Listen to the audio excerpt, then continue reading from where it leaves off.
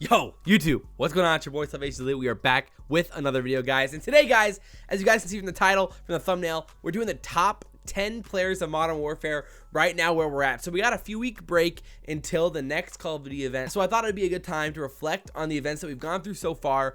I mean, we're like 5 months into the COD cycle. We're about a quarter of the way through the COD League, and we've learned a ton so far about so many of these players and so many of these teams throughout these handful of events. So without further ado, let's get right into the top 10. So I do want to preface this real quick because stats, like I say all the time, don't mean everything. They do give some good context, and the more stats that you have and the more in-depth stats that you have, the more context it can give. And so that's why we're going to be talking about them and referencing them in this video today. But of course, I'm not basing the top 10 just solely off of stats. There's a lot more that goes into it, but the stats are pretty easy to reference. So of course, there's been a handful of players, a lot of players that have been fantastic this year. It's really tough to narrow down to the top 10, but I'll give some honorable mentions at the end of the video. But first of all, let's get right into number 10. It's our boy Envoy on the Huntsmen. There were so many guys that I wanted to put here at 10. So many guys that were deserving top players that deserve to be in the mention of this list. But I decided at the end of the day that Envoy was the guy I wanted to put here. He's been an absolute monster in domination for the Huntsmen. He's been fantastic in Search and Destroy. He has been a little bit inconsistent in Hardpoint, and you can see that from the stats as well. I mean, the Dom stats, fantastic. The Search and Destroy stats are really good as well. Then Hardpoint, a little iffy. But at the end of the day, Envoy makes so many plays for the Huntsmen. He's so involved in the map. He pushes aggressively, puts a lot of pressure on the other teams, creates a lot of engagements, kills, deaths, and you can see how big of a plus minus he's had in both Dom and Search and Destroy, which plus minus is just your kills minus your deaths, but he's been fantastic in both those categories. And I truly believe as the year goes along, he's only going to get better. And I do want to also say with this list, like, this is a snapshot of like right now where we are with COD, kind of projecting a little bit into the future, the next few weeks and maybe the next event. But the point of this list is to really take in all that we've learned about these players, these past few events, and then apply it to a top 10 list in Call of Duty. So either way, Envoy's a beast and wholeheartedly deserving of the top 10.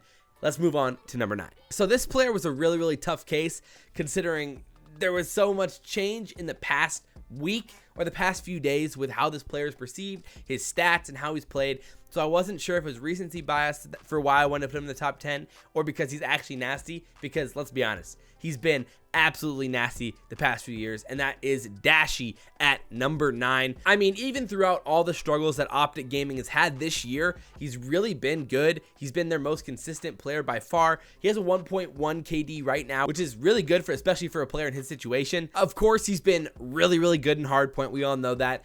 And in this last event, OpTic looked fantastic. Dashy was putting tons of pressure on the hill, playing very well. I think right now, where we are at this point in COD, Dashy is a top 10 player in Modern Warfare and 100% deserving of the list. Again, if this list would have been made before last week, I'm not sure if he would have made the list. But because we're doing it right now, Dashy's got to be on the list. One stat that stands out for me is the hardpoint engagement success. He has a 57.9% hardpoint engagement success, which basically anything over 56, 57 is really good. And so you're getting into that elite tier of engagement success. Basically, that means any engagement that results in either a kill or an assist. So if your engagement doesn't result in a kill or an assist, then it's a failed engagement. 57.9% of the time, Dashy is helping his team in every engagement, which is really good. And that's a theme with basically all the rest of the players on this list. Their engagement success is incredibly high, and Dashy just does so much good for his team. He's a well-deserved number 9. So at number 8 is the man himself, Formal. So of course, I think a lot of you probably would expect him to be higher, but there's only reason, it's not a knock on Formal for why he's lower. It's because the other guys have just been so good. Formal has been especially a beast in Dom this year with a 1.2 KD in Dom and a 60.5% true engagement success rate. And of course, he's just been fantastic. He had a little bit of a down event in Atlanta because of the Huntsman struggles and all, but regardless, I fully expect Formal to be completely fine. I mean, he is 100% one of the best ARs in the game, and you can see, like, Search and Destroy, his opening duel win percentage is 72.73%, which is one of the best in the game. He's incredibly good at winning his first gunfight, his first interaction in Search and Destroy, which is so valuable for a team. And of course, he's doing his thing with the sniper and dominating in Search and Destroy, controlling those lines of sight. Formal is such a valuable asset for a team, and of course, a top 10 player in Modern Warfare right now. So at number 7 is the Rokkr's SMG beast, Alex. He's been on fire so far this season, looking really, really good, map in and map out. He has a 1.13 KD on the year, plus minus of 106, which is really, really good. That's one of the best in the game. He gets on the OBJ as well as anybody in Dom. He's capping flags all over the place. And in hardpoint, he's got a 1.2 KD with a plus 95 plus minus. So he's just been on fire when it comes to hardpoint. If he would step up his S&D game, he might even be higher on this list, but he has been struggling a little bit in that area. He's -5 right now in S&D. I mean, the Rokkr are so good at hardpoint, and they would not be able to do what they do without Alex putting the pressure up like they do. He's a fantastic player coming in at number 7. So at number 6, this is where I think the tier really, it happens here.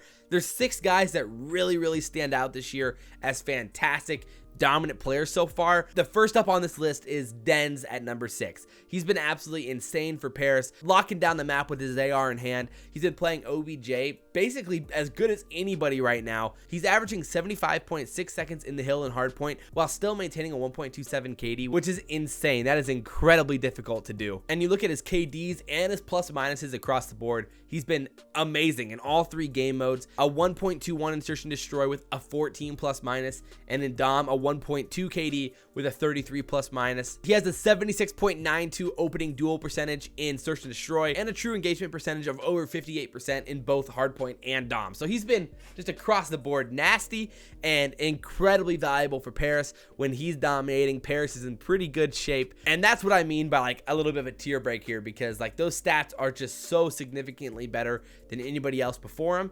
And we're going to see that a pretty similar trend with all the other players on this list moving forward. So now the top 5. Oh boy, yo, round of applause for the top 5.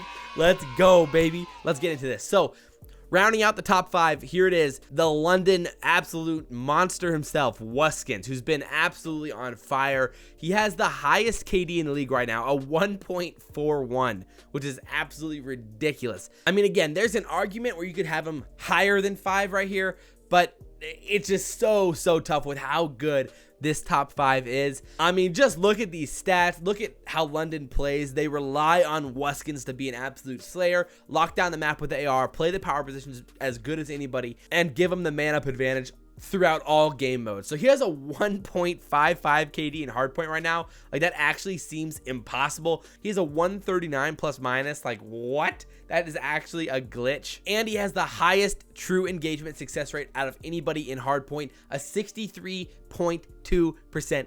That is absolutely nuts. So Wuskins has been broken when it comes to hardpoint. Search and destroy, not his best game mode, but still a solid player, a 1.07, but a very solid opening duel success rate of 73.68. So again, he's been really good. If you just watch any search and destroy, you know Wuskins is a threat with the sniper in hand, and in domination, again, he's controlling the map so well. It's actually crazy that London hasn't been able to win more with how dominant Wuskins has been, and that's a theme with another player in this top 5 that we're going to talk about here in a second.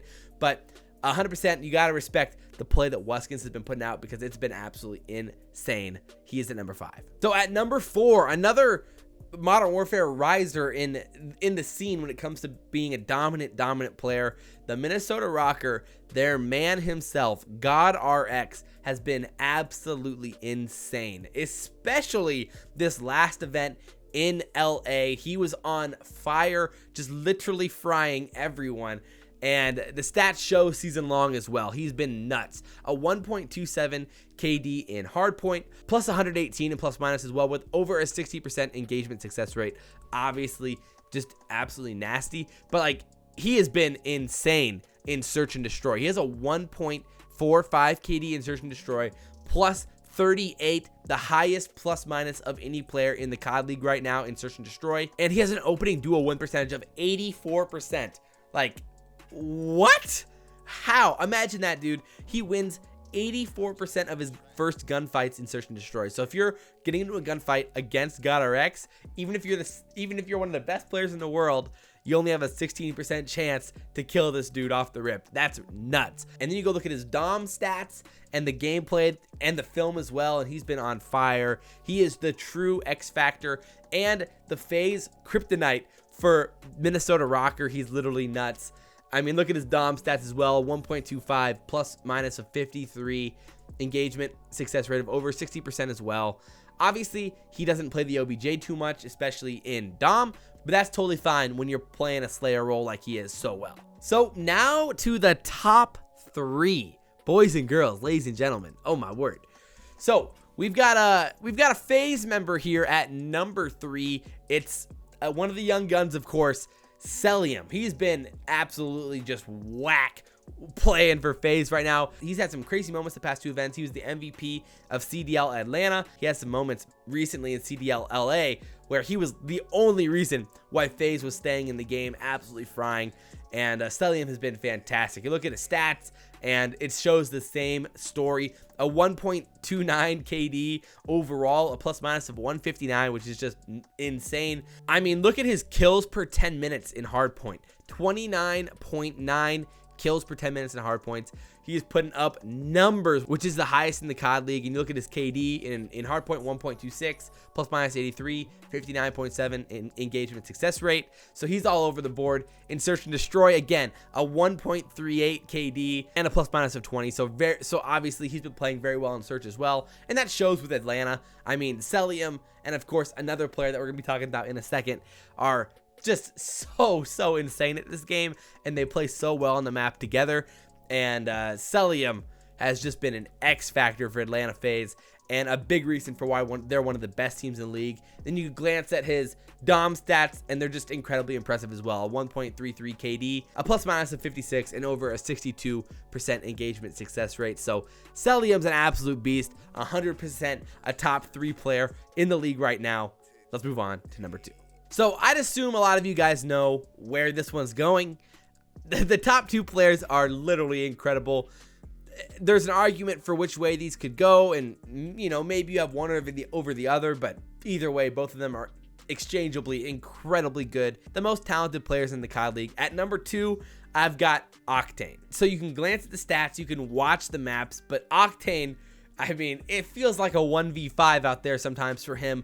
He's on the Seattle Surge. He's playing incredible Call of Duty, and they're still losing matches. So you hate to see it for him, but man, he is putting up the stats, and he's looked absolutely insane. So a 1.28 KD overall, plus 146 overall plus minus. You look at hardpoint, a 1.3 KD, 86 plus minus, and look at the hill time he's getting, dudes. Boys, ladies, gents, it's nuts. 88.8 seconds per game in the hill. Like, what?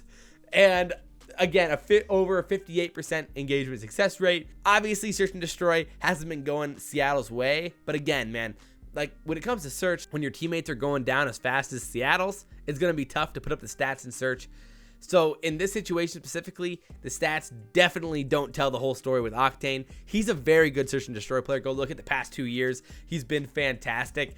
This year, obviously, there's some team problems when it comes to Search, where it's a little bit harder to stand out as an individual. But then you go from looking at Search to looking at Dom, and then it's just ridiculous. He is insane at domination. Look at this. He's truly dominating in domination. Over 29 kills per game, the best in the CoD League, a 1.41 KD, and a plus minus of 68 with an engagement success rate, the highest in the CoD League, of a 64.3%. So 64.3% of his gunfight turn into either a kill or an assist.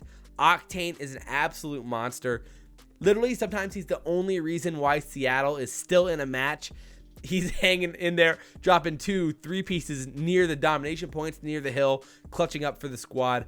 And hopefully Seattle can turn it around so Octane can truly shine. But he is definitely a top 2 player in the league right now. Let's move on to number 1. Coming in at number 1, man, the tiny terror himself, Simp.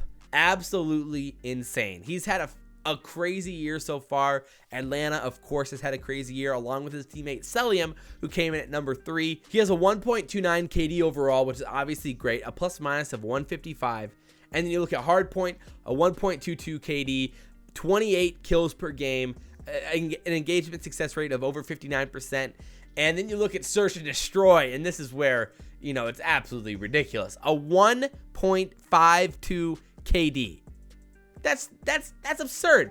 In 11 maps, he has a 1.52 KD. He's a literal glitch in Search and Destroy. A plus minus of 27 in Search, only coming behind GodRx there. And the second highest amount of kills per game as well. And then you look at Dom, and he's been incredible as well. A 1.34 KD in Dom, a plus minus of 59, 6.67 caps per game, which leads the CDL, a true engagement success rate of 63.4%, which is second in the CDL.